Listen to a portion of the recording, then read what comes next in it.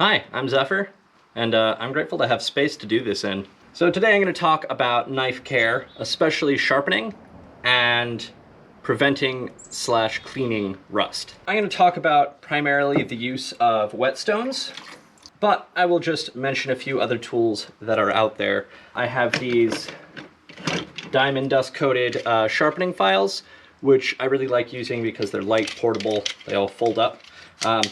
And they are really solid to use, but if you're really putting consistent maintenance into knives, whetstones are preferable if you're working from home. But if you want something portable, these sharpening files are excellent. I also have these sharpening files, which are designed to be used to sharpen serration on knives, not necessarily really fine serration. If you have a knife that is half serrated, half unserrated, that little serration part is really easy to sharpen with these tools. They're excellent to have if you use a serrated blade a lot, but they are very specific and niche, so you probably don't need them. I also have a honing strop. This is basically a hard piece of leather just on a little foundation-based thing. The strop is used for a really high level of finish on a knife, which 99% of knives and knife use do not require. This is great if you're going to be doing something really delicate, really fine, such as, you know, shaving your face with a straight razor. But for the most part, you don't really need to use a honing strop on most tools. So I'm going to set that aside as well.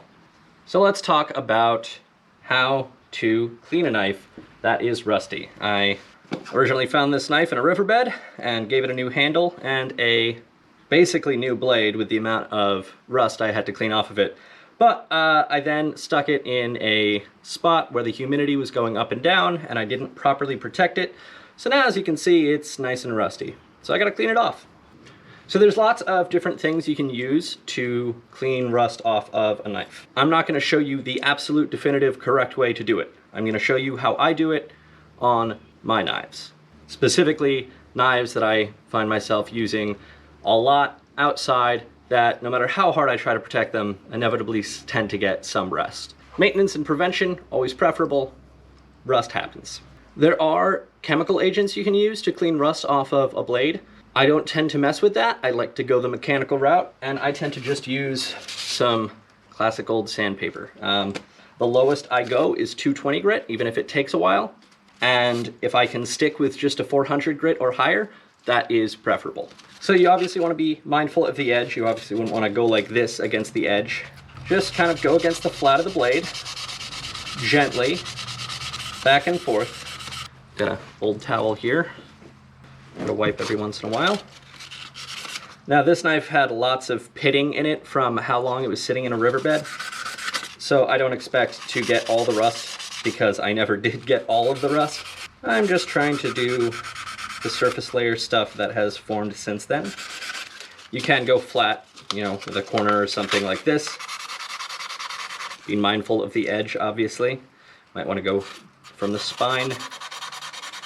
I just like folding it over and having this rounded edge because it lets me keep my hand a little bit further away from the blade, but figure out what works best for you.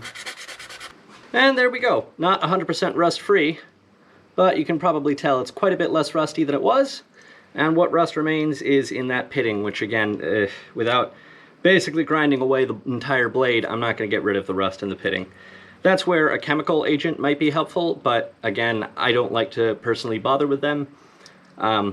It might be a little more worthwhile if you had a very expensive blade that had damage like that, but I don't like to spend too much on my knives. So now I want to prevent it from rusting over again.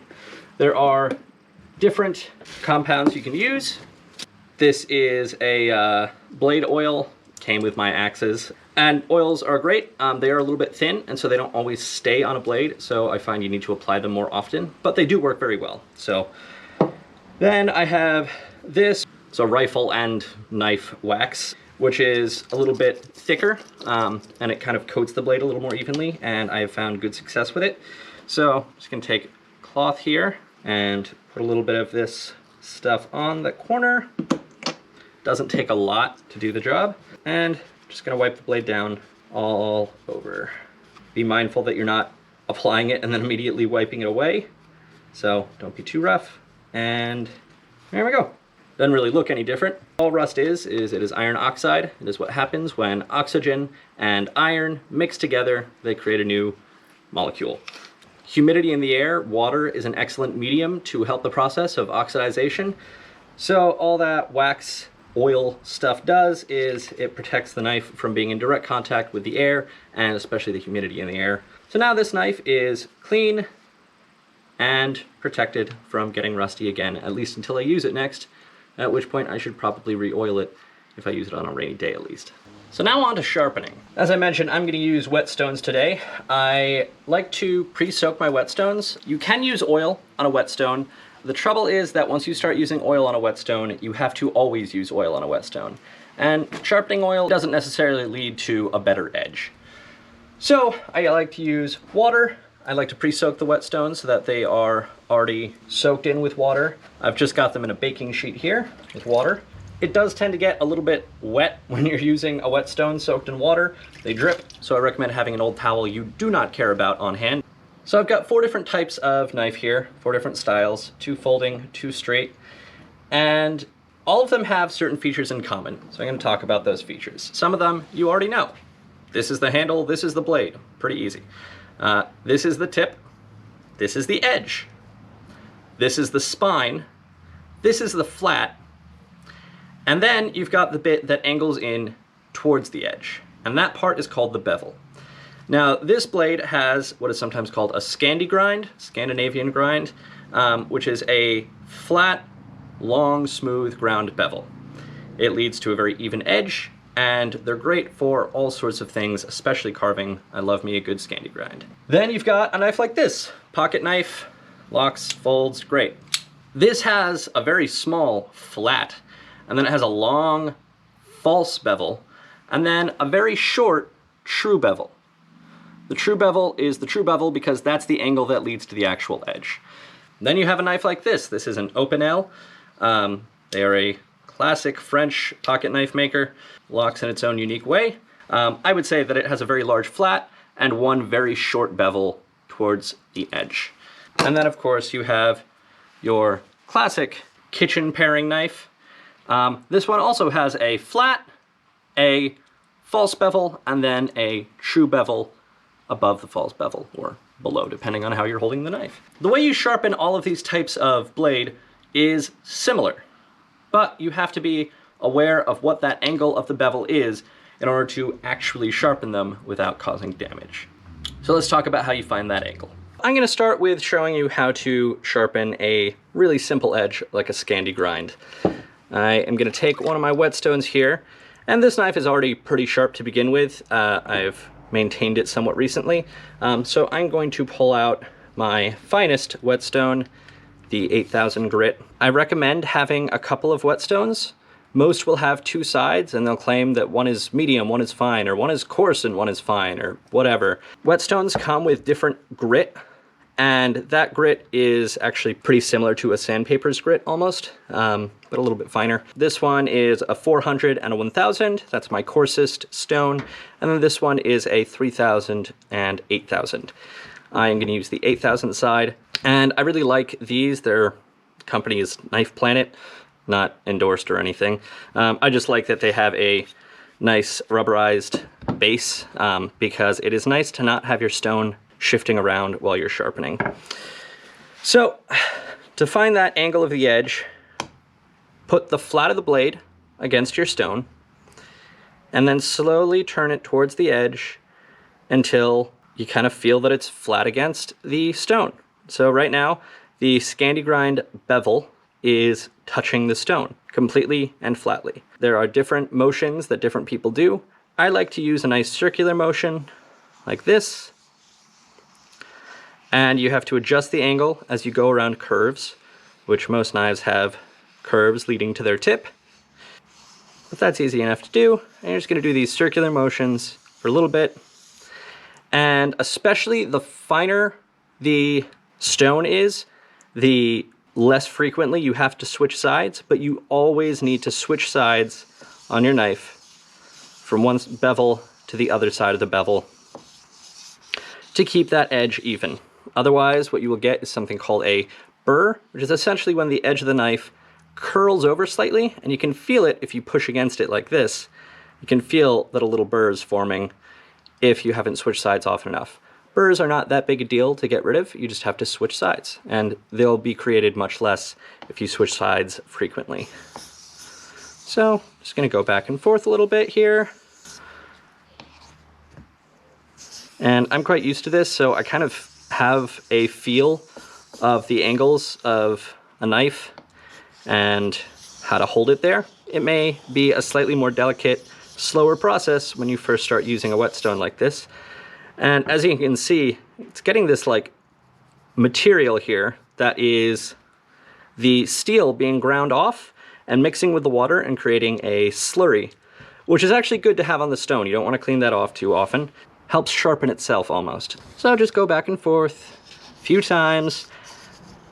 And if you're working from 400 grit all the way up to, say, an 8,000 grit, you're probably going to start at the 400, and you're going to need to use that for a while in order to get an edge if you're starting at such a low grit. But you don't want to use it for too long. Always be constantly elevating up the grit so that you're not creating too rough an edge. If you need to, you can always go back down, but it doesn't cause any harm to go up too early. Just keep that in mind. And this knife is still pretty sharp, but I want to finish this process correctly. So once again, find your bevel, and then you're just going to pull back on the blade in one direction now. And this kind of just pulls the whole thing in line so that that edge is all being ground away and pulled into an even alignment. And there we go. Now, this edge, again, was already quite sharp. Want to prove that I'm not lying about it. This is how I do actually test my knife sharpening. I don't actually recommend this for the record, because I don't think it's the safest idea, but it is very effective. If a knife is sharp enough to shave a bald patch on my arm, then I know it is sharp enough. And, yep, quite a few less hairs there now. A more practical means of testing how sharp your knife is. Some people like to run their thumb very lightly against the edge of the blade. It does feel distinct when it's sharp, but you kind of have to get used to what the feeling of a sharp blade versus a dull blade is for that to be effective. I've heard people say, oh yeah, you know, you kind of put it on your thumb, and if it scrapes away a layer, then you know it's sharp enough. Well, I've got nail polish on, and yeah, it scrapes away a little nail polish, but that also feels like you're putting an edge towards your body, which I know I just demonstrated with my arm, but still doesn't feel like an exceptionally great idea. Personally, my favorite way to test if something is sharp is to use it how you want to use it, and if it does that well, you know it's sharp enough. Here's a piece of wood. This is my carving knife. Yeah, I'd call that pretty sharp. Nice clean cuts. As you can see, sharpening a Scandi grind knife, relatively easy. So let's move on to something with a false bevel that's a little bit harder to get right. This is a kitchen paring knife. I actually do like them as beginner carving knives because they're very cheap and they work well enough for small things, but I'm gonna sharpen it the way I would if I was using it as a kitchen knife. This one's a little less sharp, so I'm using the 3000 grit side of this whetstone. And the process is the same. You start with the flat, and then you curl it towards. Now I can feel the false bevel. And then I'm gonna curl it up again. Now, it is a little tricky to feel when you have reached the bevel. I can definitely tell a slight difference, and you may end up grinding a new angle on your bevel if you get it wrong, and that's not the worst thing ever. If you have a very, very expensive knife and you do not know how to use a whetstone, I do not recommend that you learn using that knife. But if you have a knife that, say, is a $6 knife, not such a big deal if you end up changing the bevel's angle a little bit. I'm gonna curl, I'm gonna find that angle that feels right for the bevel, and I'm gonna start, again, those circular motions. Now, I'm being very careful to keep the edge exactly at the right angle because, again, it's a very tiny bevel. It's easy to stray. I like to stabilize a knife by having one hand on the blade and the other holding the handle. And again, just doing these little circular motions, switching side to side. And I'm gonna graduate to the next grit. And between each grit, I do that pulling in one direction motion, just to align everything with whatever grit that I used. Wipe the blade off, soak it in water for a moment, and then put it back on. So I think the angle that I've got here, I don't know, it looks like it's maybe a 30-degree angle or something. I am not a mathematician of any kind, so don't quote me on that. But it's not a super severe angle. It's certainly not as harsh as a 45-degree angle. There is a feeling to when you have it right. It's not a super distinct feeling the way that a Scandi grind bevel is, but it is certainly not imperceptible. Circular motions, switching sides, and pulling that bevel into alignment. And there we go. Yep, certainly feels pretty sharp. Again, I use this one as a carving knife, so that's how I'll demonstrate how sharp it is. Yep, pretty sharp. But if, say, you're sharpening a kitchen knife and you want to know if it's sharp enough, maybe try slicing a potato. I've got my knife nice and sharp. I don't really worry about this one rusting because it is stainless steel. But if you are worried about rusting, especially since you're using water on your whetstone, you want to make sure that you oil or wax it or however you protect it from moisture. As soon as you're done, dry it off, oil it, then stick it in its sheath. I do want to real quick show you how a honing strop works. It is the exact same as a whetstone. It's just that it obviously is not grinding away material in the same way. But in terms of how you move it, it's pretty much the same, except you're only going to do that pulling motion, like this. Find the bevel and pull at it against the strop. It's for a very fine level of difference. That matters when it's being put against your skin, but doesn't matter as much when you are slicing vegetables. So I don't use my strop very much, but I do like having it for when I do need it. So those were some basics on knife care, how to clean rust, how to prevent rust, how to sharpen your knife. Hopefully it was helpful, and I hope you get a chance to practice.